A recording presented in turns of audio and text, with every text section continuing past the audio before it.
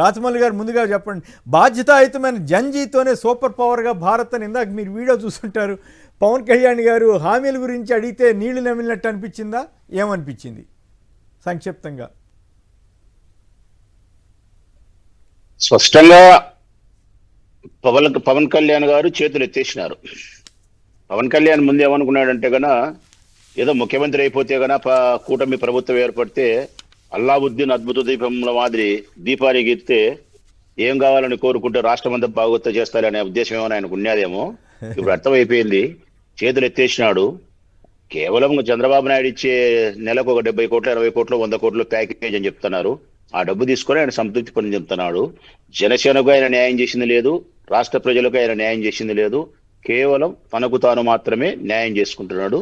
రాజకీయాలకు పవన్ కళ్యాణ్ తరంగాడు, అసమర్థుడనే అభిప్రాయం తనకు తానే ప్రూవ్ చేసుకున్నాడు. ఇక రాబోయే భవిష్యత్ కాలంలో పవన్ కళ్యాణ్ వల్ల తనకు గాని తన మద్దతు ఇచ్చే ఏ రాజకీయ పార్టీకి గాని ప్రయోజనం ఉండకూడంత స్థితికి, కింది స్థితికి దిగజారిపోయినాడు ఆయన.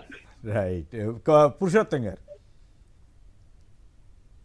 కొమ్మిడి గారు, ఎన్నికల్లో వాళ్ళు ఇచ్చిన హామీలు ఆచరణ సాధ్యం కాదు.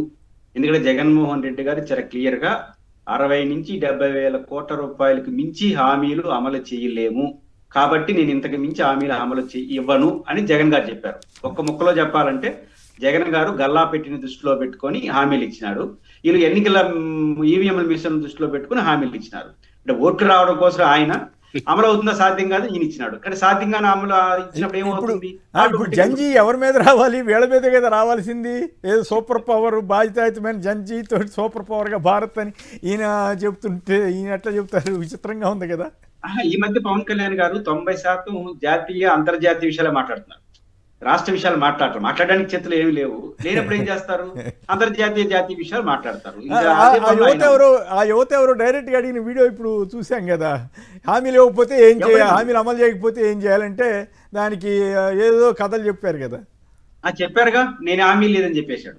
అంటే చంద్రబాబు గారు ఇచ్చినట్ట కాదు, అంటే హామీలు ఇవ్వలే, అప్పుడు హామీలు ఇచ్చి మోసం, ఇప్పుడు ఇవ్వలేదని చెప్పి మోసం. అంటే ప్రజలకు అన్ని ఎదురు కనపడుతున్నాయి కదా. ఇద్దరు కలిసి ఇచ్చిన సంగతి జనం మర్చిపోయారనేది ఆయన ఉద్దేశం ఏమో బహుశా. లేదా అదంతా చంద్రబాబు గారు రాసిన దాని మీద నేను సంతకం పెట్టానని చెబుతున్నారేమో మరి. అంతకు మించి నిజాయితీగా మాట్లాడాలంటే బయట రావాలి, బయట వచ్చే పరిస్థితి లేదు. ఉన్న రోజులు ఇట్లే మాట్లాడక తప్పని పరిస్థితి ఆయన మాట్లాడుకుంటున్నాడు. ఆయన ఇమేజ్ ఆయన పోగొట్టుకుంటున్నాడు.